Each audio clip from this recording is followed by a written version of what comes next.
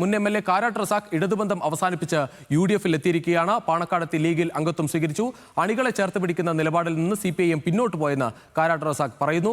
Board chairman സ്ഥാനം രാജിവെക്കും. മറ്റു കാര്യങ്ങൾ ഇന്ന് വൈകിട്ട് 4 മണിക്ക് കൺവെൻഷനിൽ പറയുമെന്നും കാരാട്ട് റസാഖ് പറഞ്ഞു. തറവാട്ടിലേക്ക് തിരിച്ചു വന്ന് മാതൃസംഘടനയിൽ പ്രവർത്തിക്കുക എന്നുള്ളത് മാത്രമാണ് ഇപ്പോൾ ലക്ഷ്യമുള്ളൂ. തുടരില്ല, ഇല്ല, രാജിവെക്കും. ഉപാധികളൊന്നുമില്ല. വിശ്വാസമാണ് പാർട്ടിയെ, പ്രത്യേകിച്ച് തങ്ങളുടെയും ഗുലാൽ സാഹിബിനെയും മുനീർ സാഹിബിനെയും ഒക്കെ വിശ്വാസമാണ്.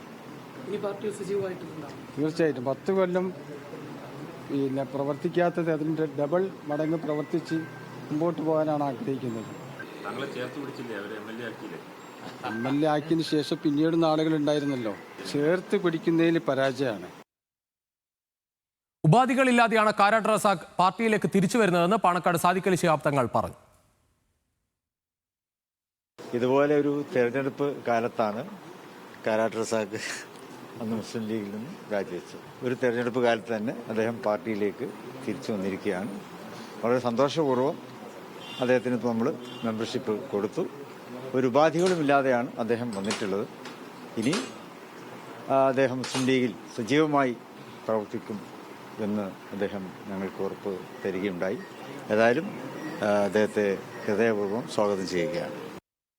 പ്രതീക്ഷിച്ചത് കിട്ടാത്തതുകൊണ്ടാകാം കാരാട്ട് റസാഖ് ലീഗിലേക്ക് തിരിച്ചു പോയതെന്ന് MV ഗോവിന്ദൻ പ്രതികരിച്ചു. പ്രസാദ് ഉടുമ്പശ്ശേരി ചേരുകയാണ് കൂടുതൽ വിവരങ്ങളുമായി കോഴിക്കോട് നിന്ന്. പ്രസാദ്, എന്തായാലും കൊടുവള്ളിയിൽ വിമതരൊക്കെ വലിയ പ്രശ്നങ്ങൾ ഉണ്ടാക്കുമ്പോഴാണ് സ്വന്തം പാളയത്തിൽ നിന്ന് ഒരാൾ തിരിച്ചു പോകുന്ന ഒരു പ്രശ്നം LDF-ന് ഉള്ളത്. കാരണം അവരുടെ മുസ്ലിം ലീഗിലെ വിമതരുടെ പ്രശ്നങ്ങളൊക്കെ ഉൾപ്പെടുത്തി ആ മണ്ഡലം ഒന്ന് തിരിച്ചു പിടിക്കാമെന്നൊക്കെ വിചാരിക്കുമ്പോഴാണ് ഇത്തരത്തിലൊരു നീക്കം.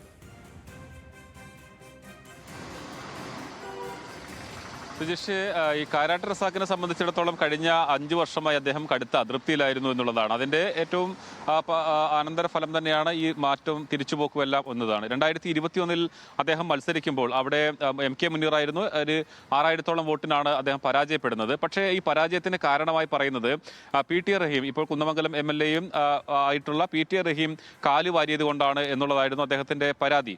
അതിനെതിരെ അദ്ദേഹം LDF-ലേക്ക് പരാതി നൽകുകയും ഇതിനകത്ത് നടപടി വേണമെന്നൊക്കെ ആവശ്യപ്പെടുകയൊക്കെ ചെയ്തെങ്കിൽ പോലും പിന്നീട് ഒന്നും ചെയ്യുന്ന ഒരു സാഹചര്യം ഉണ്ടായിരുന്നില്ല. അന്ന് മുതൽ അതൃപ്തിയിലായിരുന്നു കാരാട്ട് റസാഖ്. പിന്നീട് കാരാട്ട് റസാഖ് MLA ആയിരുന്ന സമയത്ത് 2016 അദ്ദേഹം MLA ആയിരുന്ന സമയത്ത് കൊടുവള്ളിയിൽ അദ്ദേഹത്തിൻ്റെതായ ഒരു സ്വപ്ന പദ്ധതി എന്ന് പറയുന്നത് കൊടുവള്ളിയിലെ അവിടുത്തെ ഗതാഗത കുരുക്കൊക്കെ പരിഹരിക്കുന്നതിന് വേണ്ടി അദ്ദേഹം ഒരു ബൈപ്പാസ് വിഭാവനം ചെയ്തിരുന്നു.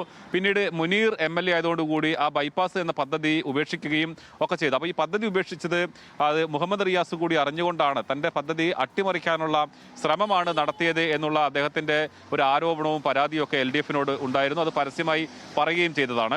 പിന്നീട് PV അൻവർ കലാപക്കൊടി ഉയർത്തിയ സമയത്ത് അദ്ദേഹത്തിന് പിന്തുണ നൽകി. PV അൻവറിനോടൊപ്പം തന്നെ കാരാട്ട് റസാഖ് പോകുമെന്ന് കരുതി. പക്ഷേ അദ്ദേഹം പോയില്ല, തുടർന്നു. ആ അതൃപ്തി അങ്ങനെ നിന്ന് പൊട്ടിത്തെറിച്ചാണ് ഇപ്പോൾ തിരിച്ച് ഒരു അദ്ദേഹത്തിൻ്റെ മാതൃസംഘടനയിലേക്ക് മുസ്ലിം ലീഗിലേക്ക് തന്നെ തിരിച്ചു പോയിട്ടുള്ളത്. ഇന്ന് 4 മണിക്ക് കൊടുവള്ളിയിൽ കൺവെൻഷൻ ഉണ്ട്. അദ്ദേഹത്തിന് പറയാനുള്ളതെല്ലാം അവിടെ പറയും. തനിക്കുള്ള പരാതികളും എന്തുകൊണ്ട് പാർട്ടി വിട്ടു.